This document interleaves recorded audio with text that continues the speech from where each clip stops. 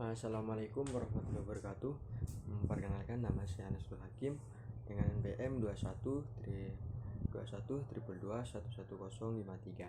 Baik, saya akan memaparkan tugas video tentang presentasi. Di mana presentasi itu tentang materi apa ya? Materi ilmu ekonomi. Nah, di sini saya hanya menjelaskan 3 saja, yaitu ilmu ekonomi, pengertian ilmu ekonomi, dan contohnya ilmu ekonomi. Baik, langsung saja. Yang pertama yaitu ilmu ekonomi. Apa sih itu ilmu ekonomi? Yaitu kata yang berasal dari oikos ataupun dari nomos. Nah, terkait oikos yaitu yang bermakna keluarga ataupun rumah tangga. Untuk nomos memiliki makna hukum atau memiliki peraturan yang berlaku, seperti itu. Jadi secara istilah ekonomi itu bisa diartikan sebagai beragam atau aturan atau manajemen dalam rumah tangga, seperti itu teman-teman.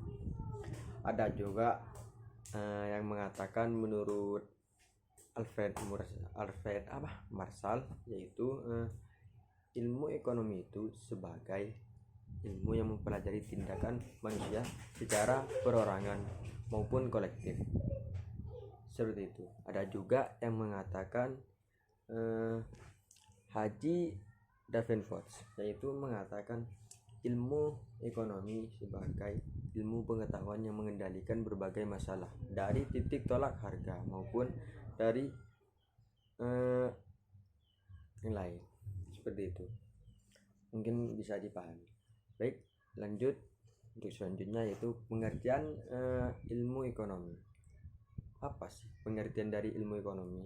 Yaitu ilmu ekonomi ialah cabang ilmu sosial yang mempelajari cara manusia menggunakan sumber daya yang terbatas untuk memenuhi kebutuhan dan keinginan yang tidak terbatas. Jadi ekonomi itu individu, perusahaan, dan masyarakat serta prinsip produk-produk seperti penawaran dan permintaan, seperti itu. Dan yang untuk ketiga yaitu contoh ilmu ekonomi. Ada berapa sih contoh ilmu ekonomi? Yaitu ada beberapa. Yang pertama ada juga penawaran dan permintaan, dan yang kedua ada produksi dan biaya, dan yang ketiga ada pasar persaingan sempurna.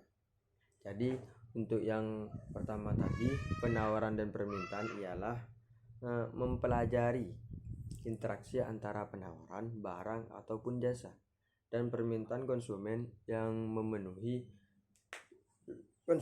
mempengaruhi harga.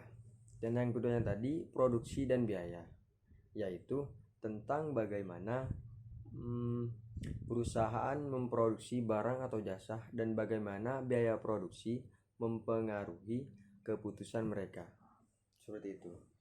Dan untuk pasar persaingan sempurna yaitu cara memahami karakteristik pasar di mana banyak penjualnya dan pembeli berinteraksi tanpa memegang kekuatan pasar yang disignifikan, seperti itu. Jadi kesimpulan dari ilmu ekonomi yaitu cabang ilmu sosial yang mempelajari cara manusia menggunakan sumber daya yang terbatas untuk memenuhi kebutuhan dan keinginan yang tidak terbatas. Dan ini melibatkan analisis perilaku ekonomi individu seperti perusahaan dan masyarakat serta prinsip produk-produk seperti penawaran dan permintaan, seperti itu. Mungkin hanya itu yang bisa saya sampaikan, kurang lebihnya mohon maaf. Dan jangan lupa teman-teman tetaplah belajar, sebab hidup ini tidak pernah berhenti memberi kita pelajaran, seperti itu. Baik, wallahul muwaffiq ila aqwamit thoriq. Wassalamualaikum warahmatullahi wabarakatuh.